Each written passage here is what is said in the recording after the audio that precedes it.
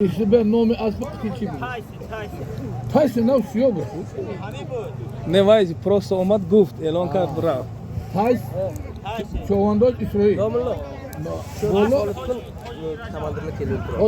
همجی به اسرائیل همجی به من حالی bayrak بالا یکی از چواندازی بهترین ناحیه یاوان اسرائیل جان برادری ما حاجی رجا و اکش اسب حاجی رجا نام از تایسن خوش به حالت اسرائیل جان من سیوم دست برآور خوش به حالت برای اسرائیل جان و حاجی محمد رجا برای میرزا جان بچه حاجی رجا یک تمایز ترا چارن بومر.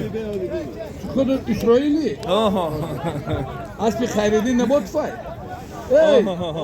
اسرائیل عیبی نبود فای خریدی برادرها من bayrak پایان اسرائیل پالوان برادری محمد رجا پالوان از ناحیه یاوان اسب نباتوف خیردین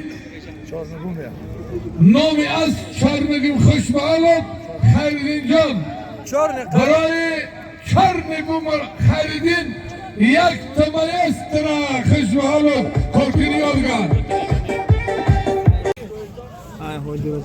برادرها من حالی bayrak بالا اسرائیل پالوان اسب حاجی رجا نامی از کراسفچیک خوش به حالت یک تا شوری گوسفند بود با پولم بود نمیدونم خوش به حالت اسرائیل پالوان